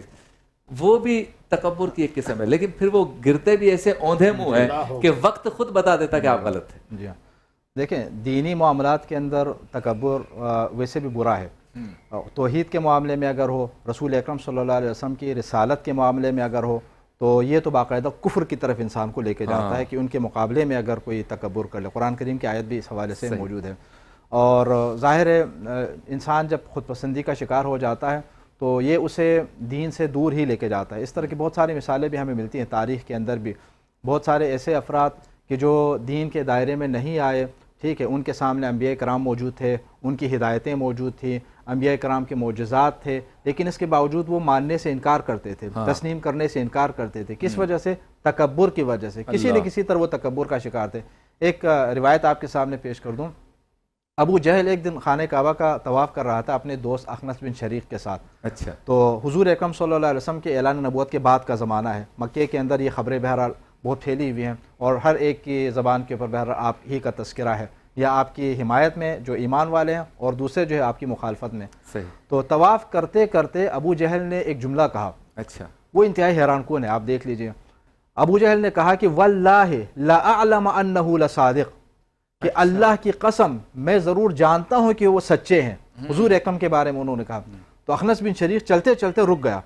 اس نے کہا کہ تم کیا کہہ رہے ہو؟ تو اس نے دوبارہ یہ جملہ دہرایا، واللہ لا اعلم انہ لصادق، اللہ کی قسم کہ حضور اکرم جو ہے وہ سچے ہیں. تو مفتی صاحب یہاں تشریف فرمائے جانتے ہیں کہ اس جملے کے اندر ہر لفظ جو ہے وہ تاکید کے الفاظ کے ساتھ موجود ہے.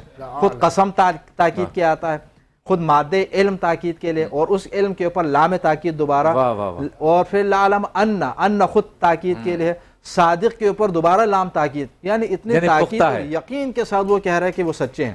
کس چیز میں سچے ہیں؟ دعوی نبوت میں سچے ہیں. تو اخنس نے پھر اس سے پوچھا جب تمہیں اتنا یقین ہے حضور اکرم کی سچائی کا تو ایمان کیوں نہیں لاتے؟ تو اس کے بعد والا جملہ قابل غور ہے، ہمارے موضوع سے مربوط. تو میں یہ عرض کر رہا تھا کہ ابو جہل بھی جانتا تھا کہ رسول اکرم صلی اللہ علیہ وسلم اللہ کے نبی ہیں. وہ طواف کرتے کرتے اخنس بن شریق سے کہتا ہے کہ واللہ لا اعلم انہ لصادق، اللہ کی قسم کہ میں جانتا ہوں کہ یہ صادق ہیں، سچے ہیں. یعنی نبوت کے دعوے میں سچے ہونے کی وہ گواہی بھی دے رہا ہے، کیونکہ اسے بالکل معلوم تھا.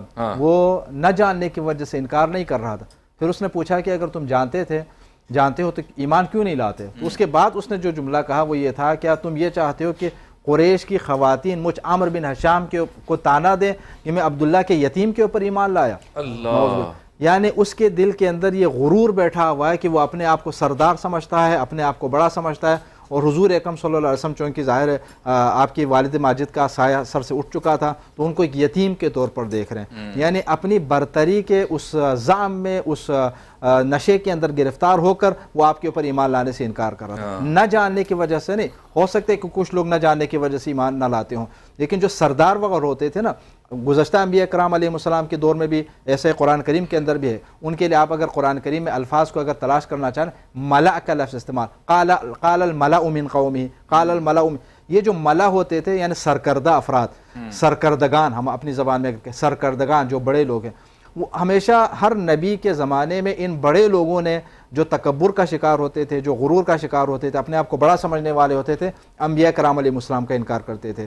تو ابو جہل بھی اسی لحاظ سے یہاں پر انکار کر رہا ہے. آپ صلی اللہ علیہ وسلم کے زمانے میں باقی جو سردار ہیں وہ بھی اسی لیے انکار کر رہے ہیں, اور قریش کا مقام بھی اسی لحاظ سے بہت بڑا تھا. اور بعد میں آپ نے دیکھا پچھلے اس میں ہم نے فتح مکہ کے موقع پر بھی بات کی تھی نا, کہ جب فتح مکہ ہوا اور قریش کے لوگوں نے جب ایمان لایا, قبول کر لیا, تو آس پاس کے سارے قبائل کے لوگ ایمان لاتے ہیں, چونکہ یہی لوگ رکاوٹ تھے. یہ لوگ انکار کر رہے تھے چونکہ ان کا اپنا یہ تھا کہ ہم خانہ کعبہ کے متولی ہیں, ہم خانہ کعبہ کے خادم ہیں, ہم یہاں پر طواف آنے والے لوگوں کی خدمت کرتے ہیں.